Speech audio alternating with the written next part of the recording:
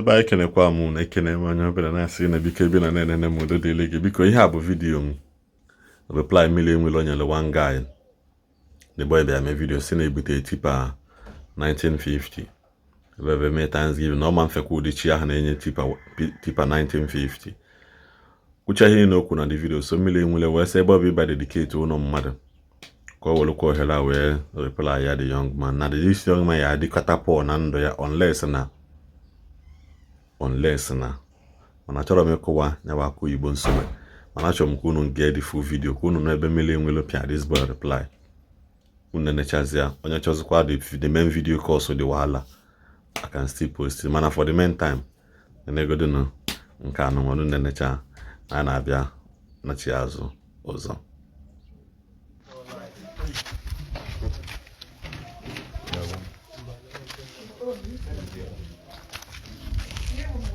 Igbo bụ Igbo ekene m unu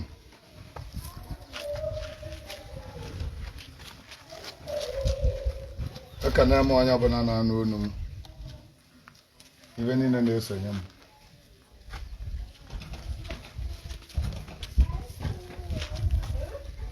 ibe nji wee bịa tata bụ nke izizi bụ ka nkene Chukwu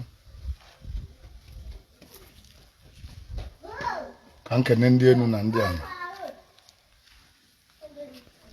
ka nkene omenala Igbo ka nkene eze nwanyị Sobali ka nkene ọra mmụọ wali m dibịa nya ka nji wee bịa taa nke ọzọ dị n'ime ya wee bụrụ asị na nwa enwe mara asụ ni asụzielie o nwere ofu nwanne anyị nwoke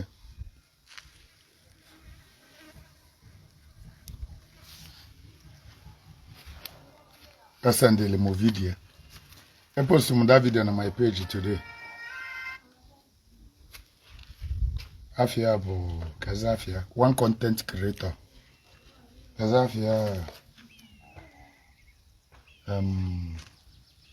Kazafia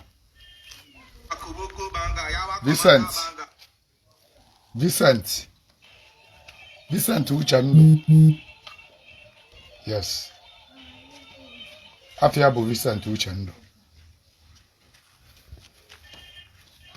asị m ka nyele ya aka taa na nwanne anyị ka ọ bụ aghọta m ibe pụlel maka na m receive so many calls maka that very young man ba gwasịgo m ndị kwado gị sị gị ngị kwu ya detain ikwu mana gị makwalụ na ọ bụrụ okwu niile ka nwata na-ekwu okwu ị na-ekwu abụrụ ifu eziokwu nga ekwu nye ifu eziokwu ị ga-ekwu ya mana ọ na-abụ nwata kpalịba okenye kpalịsị anya ọsị na ọgbalụ onye alụ nke ahụ abụrụ eziokwu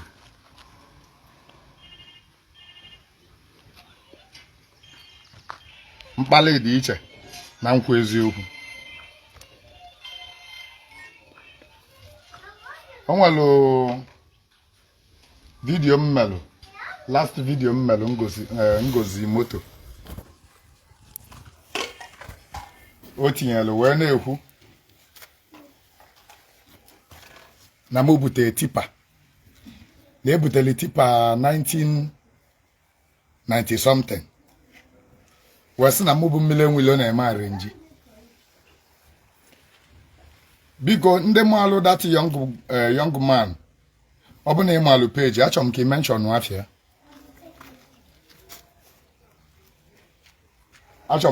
afia na mụ chọrọ ka m gwa okwu mgbasị anya nyasakwuo m igwu okwu abụrụ ịkpali akpali mma mkpọli ya bụ nwere mkpọli dị na ya no ọ sị na ọ ka nya gbazie m onu according to him mwesizikwa ka mgbazikwa ya some part ọ na-awatara maka na ebe onye jelulu ka ọ madebe ife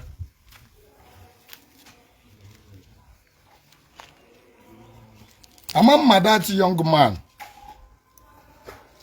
maka na a ga-ekwu some of you ndị a na-achị defend ụka maọbụ ndị dị very jealous about their fellow human being success. Some of you na-adịbe ekwu kedụ melụnụ na ndị be anyị adịrị ego n'ụka eje ego nke ndị America gbara agba maọbụ accidental car. According to him, us na most of the car bụ accidental car. Thank you.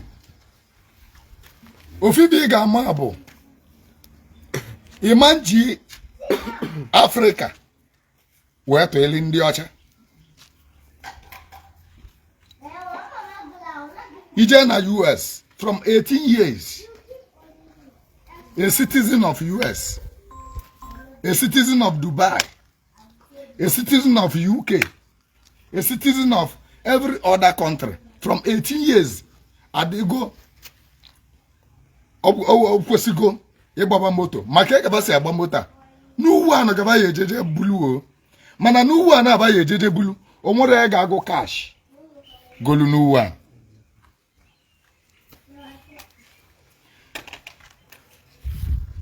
No oje ebunye moto ọ na-akwụ ụgwọ every month. Ewego jebulu moto 2024 model. Oje bute 2024 model. N'ime 2024 model a ego ọ ga-akwụ n'ego mụ na gị ma. Ewego ọ bụrụ ebe 3 million ka ọ ga-akwụnye. Ọkwụ ize 3 million ahụ. Then every month. Maka na ọ na-ananụ salary na. Beva na adịrọ ka be anyị. A na-anazi ya ọ na-akwụzi ụgwọ every month. O wega ọ ga-akwụgide ụgwọ a n'elu 30 years. Ọ kwụsịbụ ụgwọ moto o bụ. From 18 years ọ n'elu 30 years ma ego moto a ọ kwụsịbụ ya. Moto ahụ nwa accident. Insurance abịa buli ya. Insurance ga-alụli ya. Na bava na ba anya bụrụ ovu. Ibu onye Igbo golu moto feli yuzu abụ to onye ike. Maka na o nwere ebe onye Igbo ya ejeje bulu moto insurance wee na-akwụ obele. Ọ dịrọ. Nwanne m nwoke ị na-asụ Nnewi. Ama m na ị nọsị na bụ onye Nnewi. Ka m kwuo onye ebe ọ dị nso. Achọrọ m ka igosi gana m 2023 mgba 2022 model car ị na-anya. Maka na ị nọsị ndị gị nso. Ihe eje ngote 2022 model car. Ọsọ gị abụrụ nke na-ele ọzọ ya bụrụ nke a na-ele 20 million. Maka na new car before you gote new car like 2024 na ya ama ego na idebe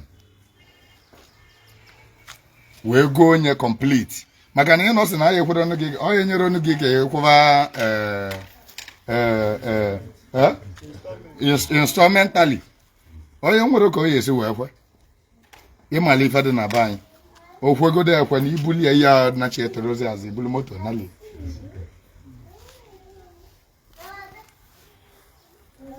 So ife abụ ife ndị be anyị na-awọtara ịma nji onye ọcha wee tụ ilu onye Igbo.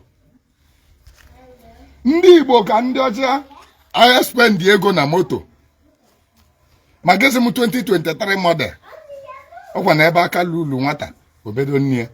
Then side ahụ acha na tipa abụ ebola ebe afọ ngozi ime ego na-elere tipa ọzọgodi abụrụ nke before Jesus come ka alụrụ ya ime ego na tipa nọ na-abịa.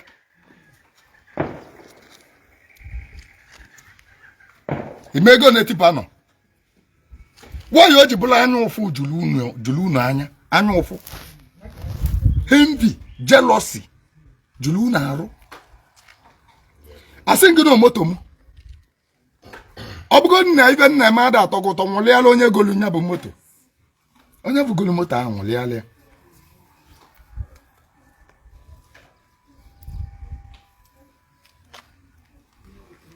isi m tipa 19 maọbụ 80 imego nọ na-abịa ikwego nna gị okwego ọkpa tipa ọnụ mbụ imego na-eleta ya tipa imego na-ele ya ọnwa ogbenye na-asị mmadụ na ibu katọn onye golu moto ekweli moto ọ na-agba mmadụ na obu katọn ịbụrụ na ya na-akọ mmadụ ọnụ na-egodi ụdị moto ogolo katọn eme na ogbenye na-ewere baisikụl maka na ngwụlọ na-abụ ọnọdụ n'ala ọ na-alụ di mkpa aka nwa ngwụlọ nọdụ n'ala ọ gaala ewere ike ịkụ ụdị ịba ịdị ọtụ akọ o nwere elijula afọ onye go moto kwa moto ọnụ onye a na-enye agodi moto mana moto adachiri adachi bụ Kadafi ya Vincent kwa Vincent Bavia ndị comment of Vintin Uche Vincent Uche ndụ oje nyegodi moto mana moto adachiri adachi ọ ndị a na-akwado bana otu ọ na comment section otu ọ na social media gịta nwanne ya nwoke n'obodo oyibo ka ọ ga na-agịta na-echekwuve ka o bunye ego ọ chọghị ebe ọ ga-alụ mmiri enwere oke ịchọrọ iji wee gbalị followers nsogbu adịrọ mma enkwane gị followers at least achọrọ m ka m talk about you ka ndị mmadụ malụ gị nyaga nji wee na-akpọ afa gị sigwu osi mention afa gị ndị ga-efolo gị ka ha follow gị ka iwebe viewers ma ọ bụ na edrop a content iji ma achọ content nsogbu adịrọ ma gị malụ amalụ na ọkpankụ a na-akpara anịrị ịbọ ọkpankụ kpara anịrị ịbọ kpara ajọ nkụ ọsaka ụsa a na-eliri ogwu magana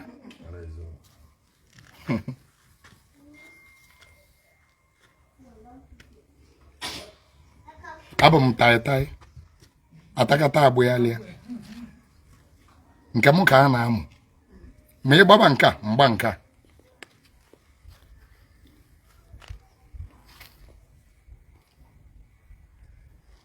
achọrọ m ka ịgọzigodi m 2022 model ka ị na-anya ka anyị wee bidogoro ebe a wee kwuwa ama m ndị chọrọ idifend o buru oge isi na from a year ka mmadụ onye na-eweta nwuru 100,000 onye ibe na-atụlụlụ onye na-abụrụ ka o mee bịachara na alụsị wee baja abele wee vuo ego wee goo moto imego na-ele moto okoko imego na-ele moto na-abịa ikwele moto ọnụ dị si ihe imego na dọla na-ada imego moto na-ada na-abịa ma abụgodi Corolla bụ ikwulu ibe anyị bụrụ Corolla ego gị ma na-ele Corolla ọkụkụ nwa ogbenye bụ mata eri ya onye ọbụla ya alụ ugwu were ebe ọ ga-ebido onye ya alụ enu isi ya zodo ụkwụ na mgbọrọgwụ o nwere ebe ọ ya ebido kedu ka ihe esi wee ofe ife ọma na-abịalụ mmadụ tajiwe iru chọọ ka ife ọma meelụ gị ogbenye ọnụ ntọ nwa dike golu moto ojii gị ewe ego moto ka ị na-anwụrịla ọla anwụlị ụdị mmadụ gị ya abụgide ụbịam wee nwụrụ ụdị mmadụ gị agha ya lụ nwụrụ ụlọ mgbe abịa m ga ngosi gị ọzọ mbọsị ngozili 2022 model ijego na my page isi na m gụta 70 something na ijere obido na from number 1 wee chekibe na tipa ha ka ịfụrụ wee fụ Lexus mana ịdị ọtụ dị ka ga-egote nwuro Lexus ide anya Lexus 350 a ịfụ ama m na iwe ya and in your entire life ịmanya nwunye olesi ma mmadụ ga-adachi gị dị gị na-alụ kedu ị na-alụ ihe eji wee kpata ego igo Lexus ndị a mkpọ ya elu ụlọ ikwụsịrị ịba m wee wepụta taịm tata sị na mma abịa ka mkpọ ya ụlọ na ya ofu onye n'ime ndị abụ m gozili moto ahụ ya na-akọ ọnụ na ụnụ ya ofu onye n'ime ndị abụ m gozili moto ahụ na ụnụ ya dị ebe a ọ bụrụ ọkwa ịchọ ịkpata ego anyị asịgo m gị chọọ ka ịkpata ime ego na-eji alụ ụlọ ofu onye uwe moto a na ụnụ ya chega ngosi gị round ka ịfụ na ụnụ ya asị m ga m bịa tata ka m bịa ka ngosi gị ya n'ọnya bụ the best reply m menye gị na ụlọ onye we moto anyị kọrọ ọnụ na enwe ya gosi m ụlọ nke gị ogbenye ọnụ ntụ gosi m ụlọ nke gị na ụlọ ya na ụlọ dị pasin na igwe dị moto ofu onye n'ime onye we moto a ịnya kolola bụ alụ na ụlọ ya sọbalị ka ị kọrọ ọnụ sọbalị ka ị wetara ọnụ wee kwuo ihe adagide ụbịam n'ụwa gị ihe adagide ụbịam n'ụwa gị ị ga-emesị bịa yọọ m ayịyọ I'm telling you the truth o nwere ekwulu ụdị okwu a ikwulu mgbe a bụtara efi ọsị na ọ na-eme arị nji omesị owele efi bịa yọọ m ayịyọ mana mma gwara gị ihe ejiwa mana ị ga-ayọla ayị okwu a ikwu I'm telling you the truth ị ayọla ayị ya jee jụkwa ndị kọlụ ndị melụ ndị ịchọ iji mgba followers mmeghe gị followers ya afọ ya na ụnọ ka efe ya mgbakwukwuo maka ụnọ a bụ 1970 gịnị nwanne model na-ekwuo ya ebe a ka modelụ nke dị nka onye pakịlị moto ahụ ịsụ na ebe a fairly use mmadụ n'one na-anya ọ bụgo politishan onwe politishan na-aya nu model ka mmadụ n'one na-aya 2024 ma 2023 n'anya evolia imego one blọkụ na-ada imego ya na-ele simenti imego ikwe simenti ọnụ ikwego simenti ọnụ onye lụrụ na ịtọ ya atọ maka m enego gị anya ebe ya na-agụsịsị ọnụ mmiri na-alacha ile ka eke ka apụ ana na-alacha ile ka apụ ana ịdị ọtọ na-akọ mmadụ ọnụ ndị tais dị ebe a imego ya tais nọ n'abịa 1 square meter tais imego na ọnọ na ụlọ nwa dibịa gị lụrụ ị na-anwụrịla mmadụ ọnwụ na-enye ka ịfụ ụlọ nwa Sọbalị lụrụ ụlọ I am so proud of this woman ma ọ bụ na ịdịrọ proud na-anya ka ịfụ ụlọ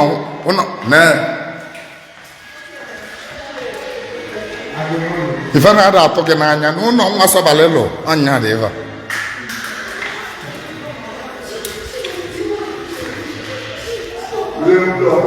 ofu onye n'ime ndị we moto ahụ anyanwụ na asị m ga ngosi gị ị na-anya efu ka ọ na-alacha ile ka abụọ na bidiot ka ngosi debe gị ebe a so that boy biko jụọlụ m ya jụọlụ m that boy ma ọ lụgwuru n'ụlọ ị jụọ m ya gosi m moto ya na ije bife ịkọ mmadụ ọnụ ọ bịala arụ kịta atọ eze na ugbo ewere ụdị taịm a na ịkọ mmadụ na ogolu moto ịma ego na-ele moto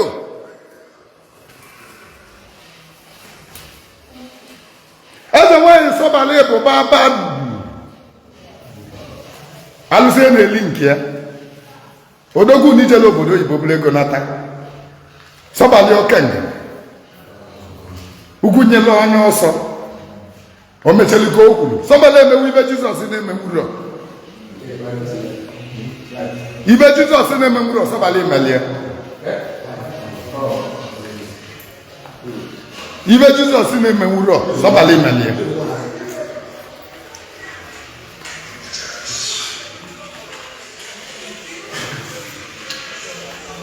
so ikwuzi n'okwu moto kwuwezi okwu ụna gosi m n'ofu onye n'ime ndị we moto awụ ụna gbaza m model ụlọ nke a bụ ihe afụchakwa onye lụchala ụlọ lụọ very big mansion emechawa ogolu fairly use ibe o ji ego fairly use ma ọ dị nya ka alịa mma ọ ka alịa mma igo fairly use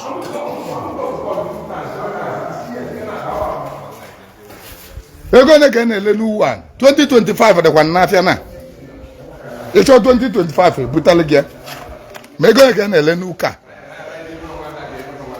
iwe weta ọnụ na kolora ime ego na-ele kolora na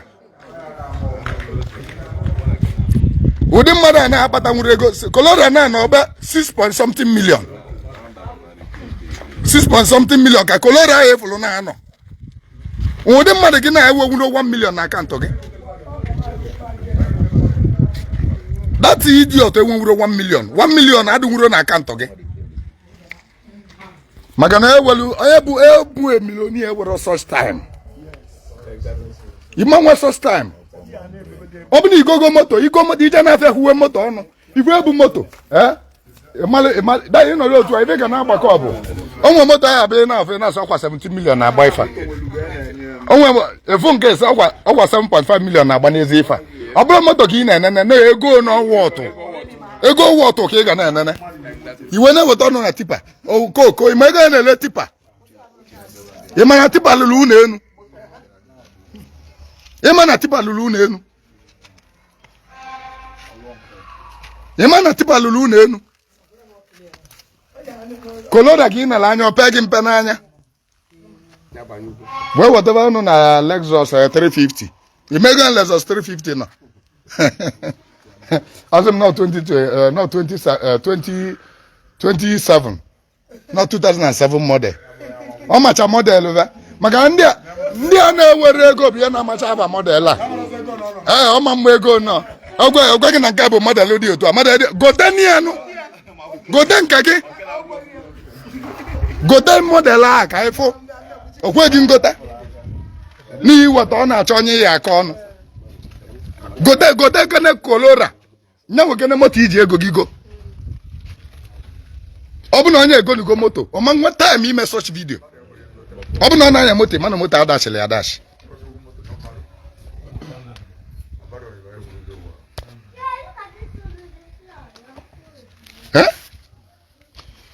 So asị m ka m bịa ka nsa gị the message in a very calm way with evidence. Mbọsị mkpọyere ụlọ mkpọyere last a na-akpọ mmụbụ akpọghị ụlọ na-efe ka nna dewe ụlọ mkpọyere last na Port Harcourt ọfụ ya ọfụrụ ọdụ ụlọ bupụta ya. Then latest 2022 model Lexus mkpọyelu ebe 2 months ago ọfụrụ ya ọfụrụ ọda one ji ebupụta ya ọfụrụ range ya mkpọyelu ụbọchị ya ọfụrụ ya bupụta ya na ife ọfụzị bụ kadimafia kolora na tipa ka ọfụ ebe ọ chala dị anyị na ife o mezi m ebe a bụ onye butezi obele moto ka ndị ifele emebezie m ichezi kpọọ ihe ọma ego ya lele moto ọma ego ya lele moto onye butezialụ m kolora nsị ya mba adị m agọzi dị moto ese m na alụsị m na-ebunye one ka alụsị gị bụ ili maọbụ one ka nke nwunye na-efe one ka o bụ ili gosi m ndị o bụ ili no evidence ka m chọọ. Nwa dike bido from 1 January ka bidoro mmadụ 70 something 80 golu moto iweda ja na alụsị ya dị ike ibu enemy of progress and you remain poor. If ọma ya akọ gị akọ na arụ for doing that o webu n'ebe alụsị nọ ka imeli ya mma awa ọjị n'isi gị mma awa ọjị a nwale onye a wee lụọ ụna ọjị a nwale onye a wee go moto ọjị a nwale nwe gụgide moto wee gụta 70 something mma awa ọjị a n'isi gị. Mbọsị ị ga-abịa ihe agba vidio gwa ndị mmadụ sị ya na sọbalị na ịkọjọ nọ nya mere ife a na gị ịtagide ahụfụ ya wee bịa ị ga-ebido ya 2024 a ọ ga-acha gị ọkụ n'arụ. Mụ gwa gị ya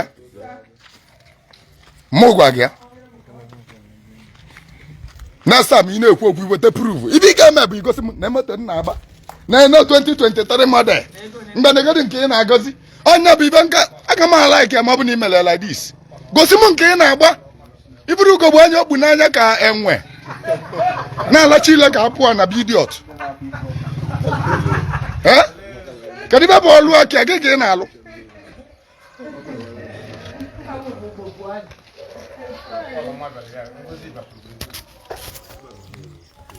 weta m ya ka ngozi ụna jide m ya atụ a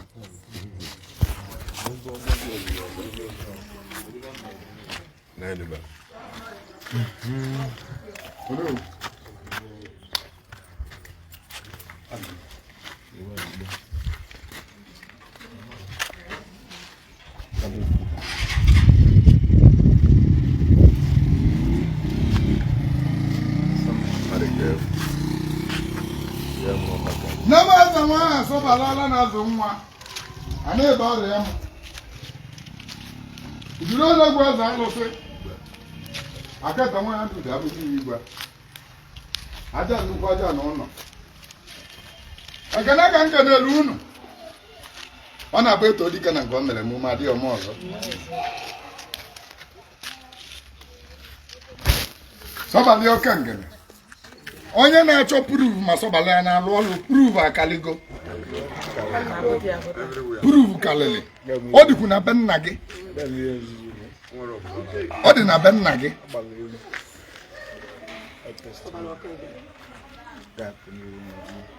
Nabala na zuru edima. O meteli ka ogwuru. Agadi nwanyị kuku na-akpali mkpụrụ ọbịa. Onye nesara nwaanyị a ga-anya. Nwaanyị bịala olili sọbalị last year. Nke mere recently ka nna gị unu. Chọlụ nwa for 7 years. Ọ mụtara nwa. Nwaanyị abịacha olili sọbalị. Wee mmiri sọbalị tanye n'ọnụ. Ewele powder tanye n'afọ. Nwaanyị a na-agwọle akwa nwa vili isi. Oluo this year. Onye two bouncing baby boys. Ejima na abọ. Ejima na abọ. Sọbalị ka ị na-eweta ọnụ. Ewu. Igba. Ala na-azụ nwa. Naanị ka m bịara ịkpọ ya Chukwu n'ụzọ. Mụ na m bịara ịkpọ ya Chukwu n'ụzọ tata. Arụ ọzọ mma na ya taa azụ. Nna ya ata m azụ arụ ọzọ. Bụ unu enu. Unu elu ebe a bụ boys quarter. Nke a boys quarter. Ebe ụmụaka gị ga na-anọ. Arụ ọzọ ịnọdụ unu ya na-eme gị ifele. Ifele ọ ga na-eme gị bụ n'ilugo nke galili ya. Onye na-ekwetara anyị ekwetala ya.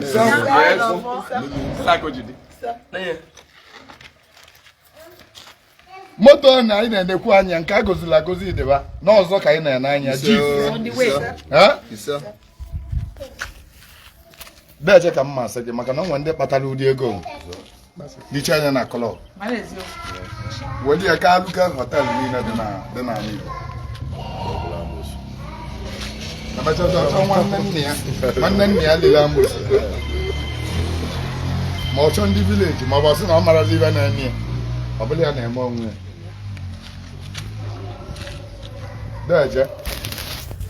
Deje. Obi bụ mụsa anwụle na mụ matali gị. O webụ na iwere uche. Nke bụ mbe ite ọganyala gị.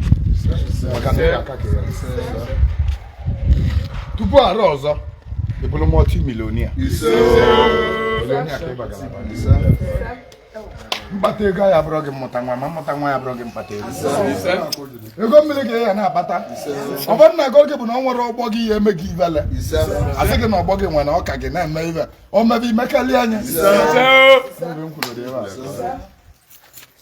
Onye sị na ọ chọrọ ya. O jee na-aja agụ. Ụlọ onye bụ ọgbata na Namaza nwa ya sọbala ọ bụ na nso ka nna agọziri ụlọ ọnwa. Mgbe na-ebe mmiri n'ụlọ ọnwa taa anyị. Wee na-ekwusi na ụlọ ọnwa ya amụta ụlọ galili ya. Mgbe na-ebe mmiri n'ụlọ ọnwa taa anyị. Si na ọlụ ọya si na ọ lụchara ụlọ ọnwa ego wee karịa anya. Ụlọ bụkwa na alụsị ka ọ bụ. O ji bụrụ tupu iti tụọ na ije aka ọjị n'ime. Mma ọ bụ nọ n'ụlọ ọnwa bịa tụọ nzu. Mma ọ bụ nọ n'ụlọ ọnwa bịa kwa dị sọbalị ka na-ebe ya na sọbalị. Onye ekwusi na ụlọ ọnwa agbakọrọ ọkụ. Egwu m na ụlọ ọnwa na o nwere ndị ori ezuru ibe dị n'ụlọ ọnwa.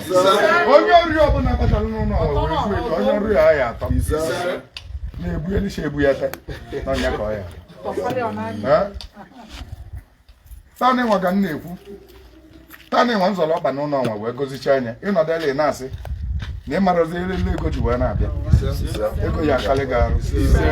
O nwere ụdị ego ya abụọ batakọtara mmadụ EFCC abịa meta gị ọgwụ.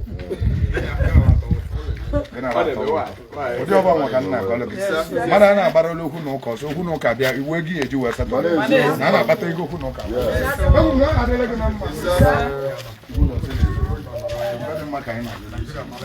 ọbalị ọka nga igba egwu na mmadụ anwụgara n'ụlọ ọnwa onye ya nwụrụ ụlọ ọnwa bụ onye oge na-eluru agha nwụrụ eji m ụlọ ọnwa eme point of contact n'isi ụmụaka niile m na-alụlụ ọrụ all my followers all my fans unu niile bụ ibe n'ebe onye nwere ya ebe ọma emeeli na ebe ọma takwunwe iru chọwa ebe ị ga-akọ ebe ọma agbalụ gị ọsọ ọ bụ na iso wee na-esonye m egwu m na ụlọ anụ nwa na 2024 lụọ nke gị ụmụ sọbalị niile 2024 ndị nne na-alụba ụlọ akpọnyeleba ụlọ nke unu niile n'ebe a 2024 a na-abanye ibe a adịghị eji wee lụ ụlọ nke gị ka ọ bụ egwu na aha adịla unu niile na onye si na o kwetara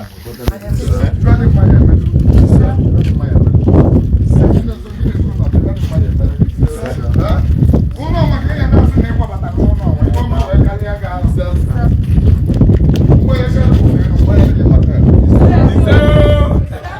anya mmadụ nwaka ọya ndị owuweika unu enu na họteelụ ọma owu arọ ọ bụrụ 2024 ndị igwe ala na-azụ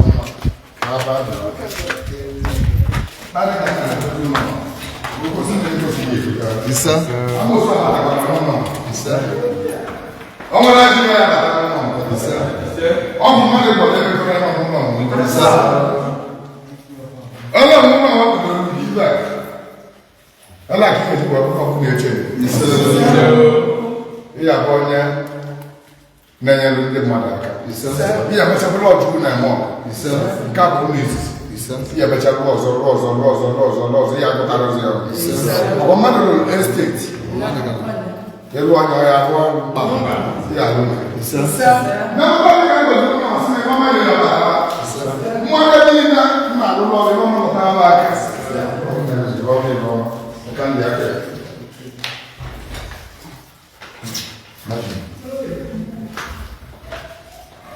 nani iba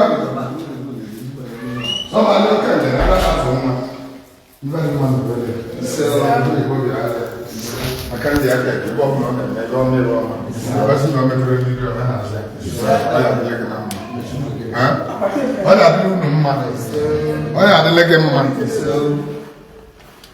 ewere m ibe m rebu kama na ebe m furu na nke bụ bụnebụne ọzọ ya bụ bụnebụne ọzọ ya bịa n'iru ya aka nke obi amụrụ ijuru m obu a sị na obi amụrụ ahụ na ọ ya etenwe etenwe n'ịmụrụ ụmụ nyere mma kpala ego nyere ego ihe emechapụrụ nnekwute bilonia na ebe ahịa akacha ụtọ na-ama unu aleba gị n'odogwu ekere ebe ka anyị gwakwa n'odogwu anyị gbọdọ iwe ete ego a bụ nye na sị aba nnụ nwanye onye nwere ịtụrụ ụtọ